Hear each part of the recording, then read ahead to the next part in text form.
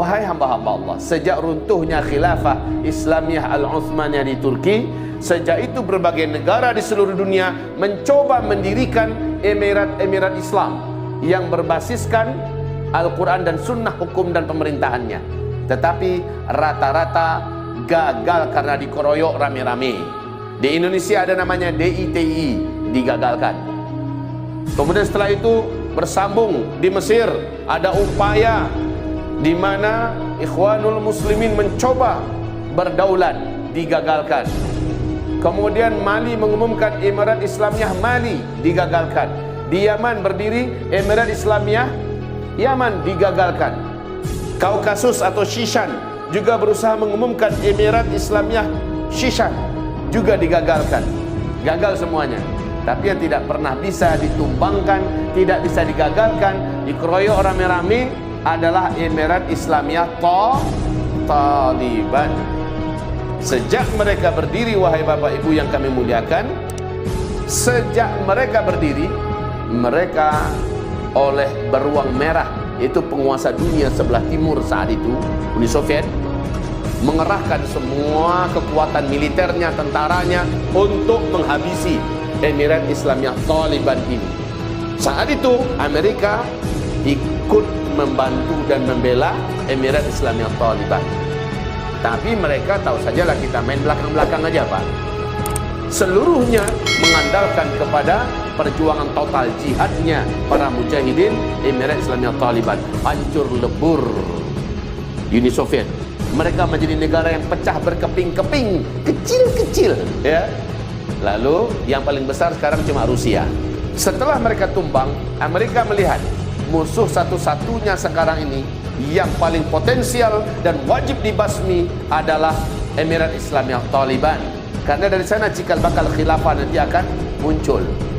Maka mereka melihat bagaimana Emirat Islamiyah Taliban mengumumkan pemerintahan Islam di Afghanistan, total menjalankan Al-Quran Sunnah sebagai hukum dan dasar undang-undang negara. Wow, seluruh media dunia sepakat membuli Emirat Islamiyah Taliban, menyebarkan isu-isu pembusukan terhadap pemerintahan Emirat Islamiyah Taliban. Lalu Amerika membuat rekayasa menghancurkan gedung WTC, ya, 11 Maret 2000 berapa? 2000 WTC dulu berapa? Lalu Pak, pokoknya WTC, Ustaz. Lah hancur WTC itu, maka Amerika akhirnya membahasakan inilah dia perang salib. Kita kejar teroris, itu adalah Islam. Sumbernya dan pusatnya adalah Afghanistan. Karena cuma Taliban, Emirat Islamiyah Taliban lah satu-satunya yang masih betul-betul gagah mengumumkan pemerintahan Islam dengan basis Al-Quran dan Sunnah sebagai undang-undang dan hukum negaranya. Dengan itu Amerika gerakkan semua PBB dengan pengumuman perang salib. Kemudian mereka minta bantuan kepada NATO. Seluruh negara-negara Eropa bergabung. Jermannya, Belandanya, Perancisnya, Inggrisnya, Skotlandianya, semua bergabung, bersatu bersama Amerika Serikat mengeroyok Emirat Islamiyah Taliban. Hanya 6 tahun, Pak, mampu Emirat Islamiyah Taliban bertahan. Kemudian Emirat Islamiyah Taliban kembali mundur, ya, mundur, dan lalu Amerika membuat pemerintahan boneka yang sekarang dipimpin oleh siapa namanya? Ya, kalau sebelumnya adalah Hamid Karzai, sekarang ini adalah Ashraf Ghani kalau nggak salah namanya, ya. Ini yang sekarang menjadi presiden boneka dengan pasukan mereka sekarang ini jumlahnya 300.000 militer dan ditopang sepenuhnya persenjataannya, alutsista daratnya, udaranya, ya, untuk menggempur Emirat Islamiyah Taliban. Tapi 20 tahun peperangan terlama Amerika Serikat. Ini peperangan terlama, Pak. Amerika Serikat, ribuan tentara mereka mati yang pulang stres dan gila. Dan tidak terkira miliaran, ya, ratusan miliar dana mereka habis dalam peperangan terpanjang ini. Dan mereka akhirnya angkat bendera putih, nyerah kepada Emirat Islamiyah Taliban. Sehingga Panglima Tempur Amerika Serikat yang bertugas di Afghanistan mengatakan Taliban tidak akan pernah bisa dikalahkan. Itu bahasa dia, Ini baru beberapa hari yang lalu, Pak. Emirat Islamiyah Taliban tidak akan pernah bisa dikalahkan. Padahal itu sudah Amerika, PBB, NATO semua mengeroyok, tidak bisa dikalahkan. Dulu beruang merah, yaitu Uni Soviet, tumbang seluruhnya, hancur berkeping-keping, lalu diganti oleh Amerika, dikeroyok pakai NATO, ya, semua militer mereka ikut. Tapi seluruhnya angkat kaki dalam keadaan hina dan malu, hina sehina-hinanya. Saya lihat bagaimana video mereka keluar dalam keadaan gak ada gagah-gagahnya lagi, Pak. Keluar dalam keadaan malu, ya, tidak bisa bicara apa-apa dan tidak punya daya tawar apa-apa. Amerika terhadap Emirat Islamiyah Taliban, mereka dipastikan harusnya 11 September 2021 ini sudah keluar semua, tapi sekarang mereka percepat. Apa kata Joe Biden? Kami tidak akan lagi mengambil risiko dengan mengirimkan tentara-tentara militer kami ke Afghanistan. Kami tidak akan lagi mengambil risiko.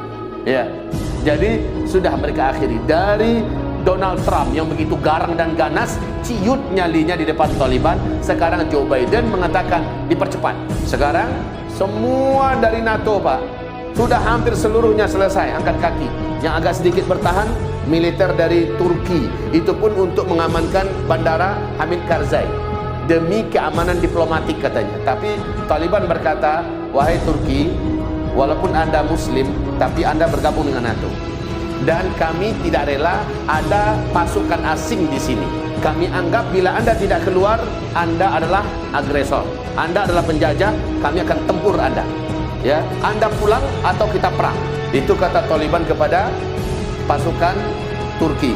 Dan sayang sekali dalam hal ini menurut saya, ya, ini bukan bicara politik yang kosong ya Pak ya, Ibu, dalam hal ini Erdogan masih mencoba mengingatkan Taliban, ya, dan bahasa Erdogan ini masih bahasa orang umum, bukan bahasa orang yang mengerti seluk-beluk yang cerdas.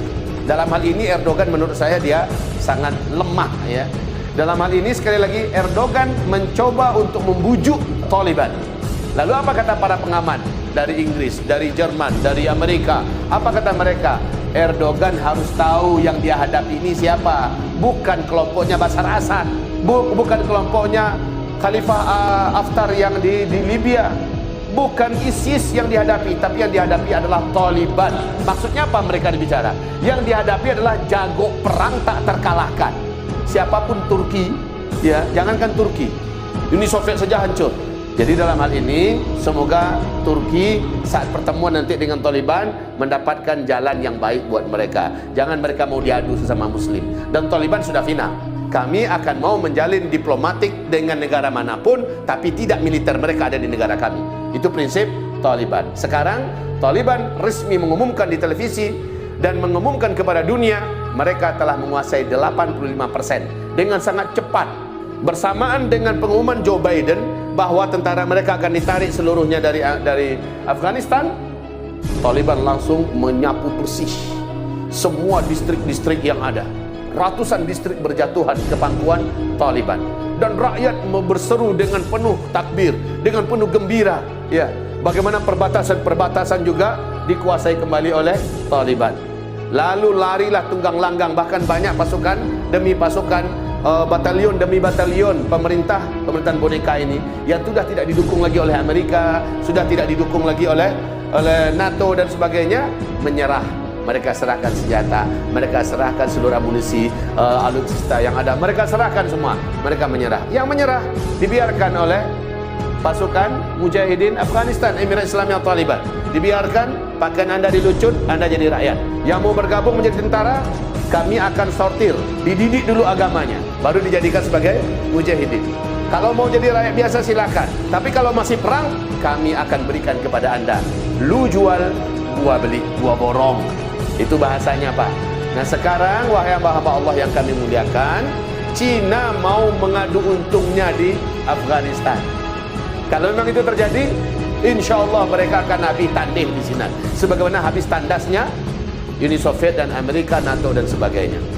Hamba-hamba Allah yang kami muliakan, jadi kita kembali kepada hadis Nabi, tsumma takunu imaratin warahmah.